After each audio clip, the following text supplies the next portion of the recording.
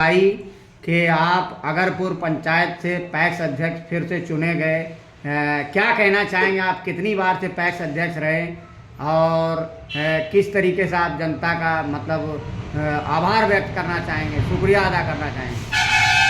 सबसे पहले तो मैं आप लोगों को धन्यवाद देता हूं कि भाई आप लोग पहली मुलाकात हुई और ये मेरी चौथी बार जीत हुई है। जी जी, मुझे भरोसा था कि जनता इस बार भी मुझे काफ़ी वोटों से दिलाएंगे जी इसलिए कि जनता के साथ हम लोगों ने हमेशा खड़ा रहने का काम किया और समाज सेवा आज 20 वर्षों से करते आ रहे हैं। जी जी, जहाँ तक पैक्स की बात रही, मैंने समय पर सारे किसानों को बीज खाद उपलब्ध कराया और सही समय पर उनका जो सरकार का समर्थन मूल्य है मैंने उसको सही समय पर उनके खाते में भेजा।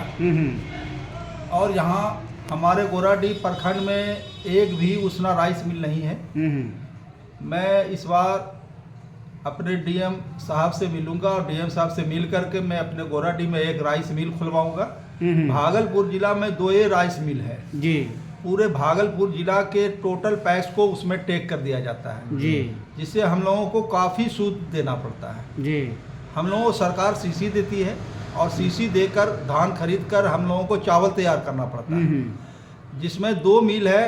एक है जगदीशपुर में और दूसरा है जगदीशपुर से थोड़ा आगे। जी, पूरे जिला के मिल पैक्स को उसी में टेक कर दिया जाता है। उसमें समय पर हम लोगों को चावल नहीं तैयार करके दे पाता है।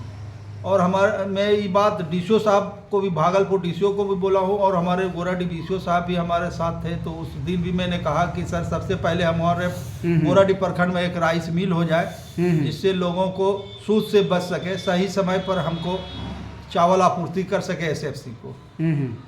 और इस बार का चुनाव बड़ा टफ था, लोगों ने हमें भरोसा दिलाया है। मैं चाहता हूं कि लोगों के बीच में रहूं और उनकी जो भी समस्या है मैं उनको पूरा करता रहूं समय पर। कितने अपक्ष पर आपके उम्मीदवार कितने थे? कुल अगरपुर पैक्स में 3 उम्मीदवार थे। जी जी, आप निर्विरोध जीते कि या कितने वोटों से आप जीते? मैं 215 वोट से जीता। हाँ हाँ, आपकी निशानी क्या ब्लैक बोर्ड क्या था? ब्लैक बोर्ड छाप थी। और क्या कहना चाहें खास करके जो मेंबरों ने आपको सपोर्ट किया? मैं मेंबरों से एक धन्यवाद देता हूं कि 3 कैंडिडेट रहने के बाद भी अपना कीमती वोट हमें दिया। मुझे पूरा भरोसा था कि ये जो वोटर हैं हमारे साथ रहेंगे और वो लास्ट तक हमारे साथ रहे। लोगों ने उसे लालच दिया लेकिन उस लालच में नहीं फंसे।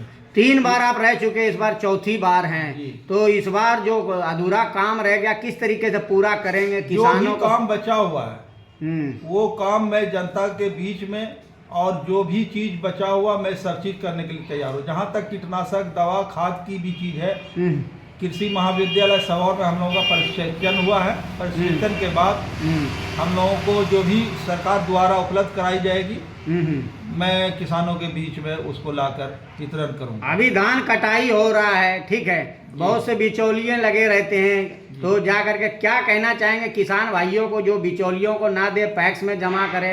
मैंने सारे किसान को कह दिया होगा अपनी अपनी धान तैयार करके मुझे खबर कर दीजिए।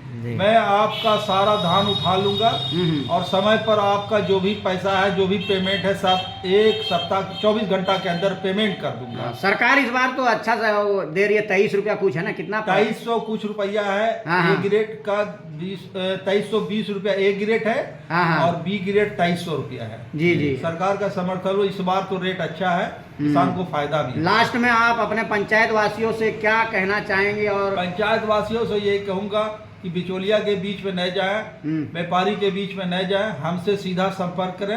आप अपना धान सरकार के समर्थन मूल्य पर बेचें। जी, आपका परिचय दे दीजिए। मैं मोहम्मद कलीमुद्दीन, अगरपुर पैक्स अध्यक्ष। जी, धन्यवाद।